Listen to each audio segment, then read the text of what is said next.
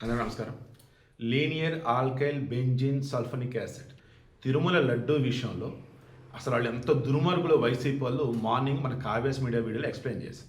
ఇప్పుడు ఏకంగా తిరుమల లడ్డూలో ఆ కల్తీ నెయ్యి వాడున్నారు కదా, అసలు నెయ్యే కాదు మొత్తం కెమికల్స్ కదా, ఆ కెమికల్స్ వీళ్ళు వాడిన దానిలో ఏకంగా లిప్సా యాసిడ్ అంటారు. ఇందాక చెప్పే కదా లీనియర్ ఆల్కైల్ బెంజోనిక్ సల్ఫనిక్ యాసిడ్.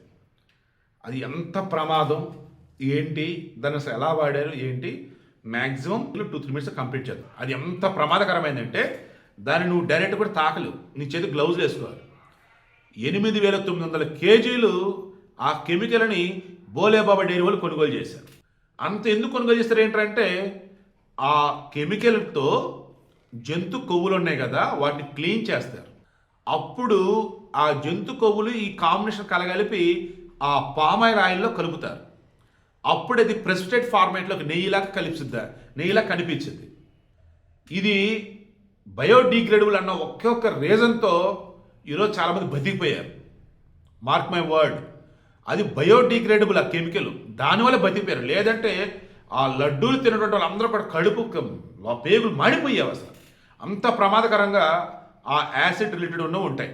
ఇది వచ్చేసేంటి ప్రమాదకరమే, కానీ లెస్ క్వాంటిటీలో వాడుతున్నప్పుడు ఏమైందంటే నువ్వు వేరే కాంబినేషన్ చేస్తున్నప్పుడు మనం ఏ ఫార్మాట్లో అయితే ఆ కెమికల్ అని యూజ్ చేసి ఆ పామ్ ఆయిల్ని నెయ్యిగా మార్చాలనుకున్నామో అది అయిపోయింది. ఇది లోపలికి వెళ్ళా కరిగిపోయింది, మోషన్లో బయటికి వెళ్ళిపోయింది. ఏ మాత్రం లోపల ఉండే కెమికల్ కానీ ఎడితే బాడీ మొత్తం గొల్ల అసలు శ్రీవారి భక్తులకు సంబంధించి ఎవరైతే లడ్డూలు తిన్నారో వాళ్ళు ఇంత పాపాత్ములు రా అసలు ఈ వైసీపీ వాళ్ళు.